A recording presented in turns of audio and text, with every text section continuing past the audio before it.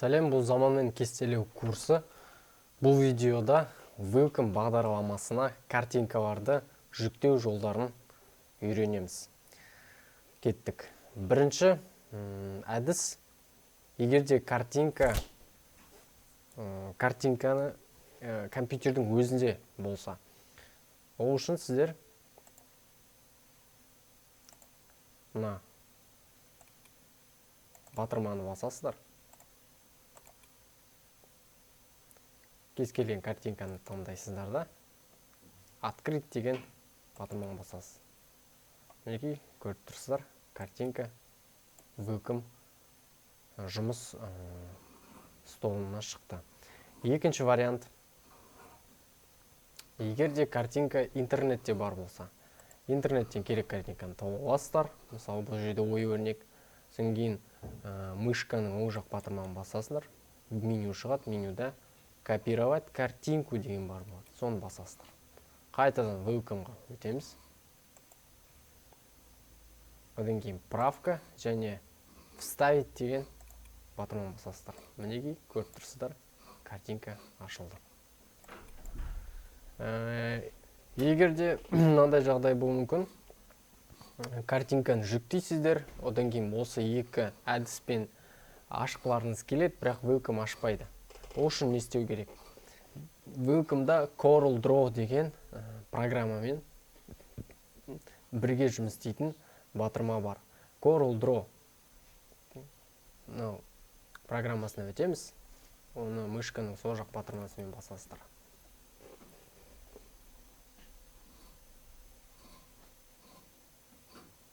Қазір міне өтіп отыр. Сәл уақыт керек.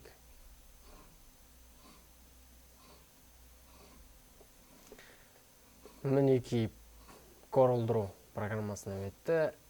Тура солай екі әдісті осы Corel Draw программасында қолданамыз. Яғни біріншісі, егерде файл компьютерде бар болса, импорт дегенді аламыз да, өтеміз. Одан кейін тауып аламыз керек картинканы.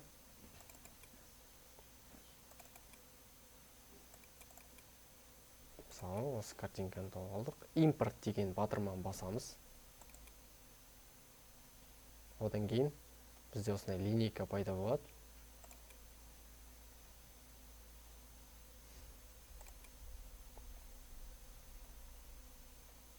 И аламызда мышканың сол жақ батырмасын басамыз. Мінекей бізде картинка пайда болды. Екінші вариант, жаңағындай интернеттен картинканы тауып аламыз. Содан кейін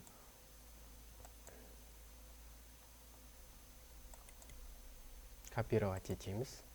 Қайтадан жаңа Corel Draw-ға өтеміз. Аламызда правка, вставить дегенді басқан кезде мінекей ашылды. Егерде осы екі ашқан картинкалармен осы Corel Draw-да егерде ашылса, оны аламызда қайтадан мына батырмаға басамыз. Welcome деген. Біз Welcome-ның программасына қайтадан өтеміз. Сол кезде мына Corel Draw-да ашылған картинкалар Welcome-да ашылады. Біз ары қарай солармен жұмыс істейміз. Сондай жағдай болуы мүмкін, Welcome-да да Corel Draw-да картинка ашылмайды. Ол үшін мен былай жасаймын, сондай лайфхак. Paint деген программа бар. Мінекей жазып тұрсыздар деп таблоңызда экранда міне Paint. Осыны аламыз да ашамыз. Дайындап қоямыз. Одан кейін кез келген картинканы аламыз да таңдаймыз и ашамыз оны. Ашамыз. Сосын аламыз да оны копировать етеміз. Оң жақ батырмамен копировать дейміз. Немесе интернеттен тауамыз, копировать картинку дейміз и жаңағы Paint-қа өтеміз. Содан кейін вставить деген жерде батырма бар. Осыны басамыз и мінекей картинка картинка ашылды.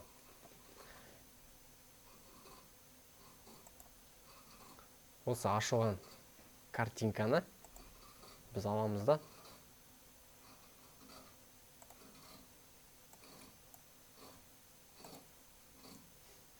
файл, файлды басамыз, одан кейін сохранить как, одан кейін изображение PNG дегенді басамыз. Содан кейін қай жерде сақтау керек таңдап аламыз да, мысалы бұған ат қоямыз. Мысалы бұл жерде барыс. Сохранить дейміз. Мен сақтап қойған жерін өзім алдым. Одан кейін welcome-ға өтемде ең алғашқы әдісті қайттан көрем. Импорт деген басам. Бағанағы изображениеға өтем. Ой, бізде барыс емес, бізде ой өрнек қой. Осы ой өрнекті аламда басам, открыть деп, и мінекей картинка ашылды. Осындай әдістермен welcome-да картинкаларда ашуға болады. Кез келгенің өзіңізге ыңғайлы болса қолданыңыздар. Келесі сабақта көріскенше.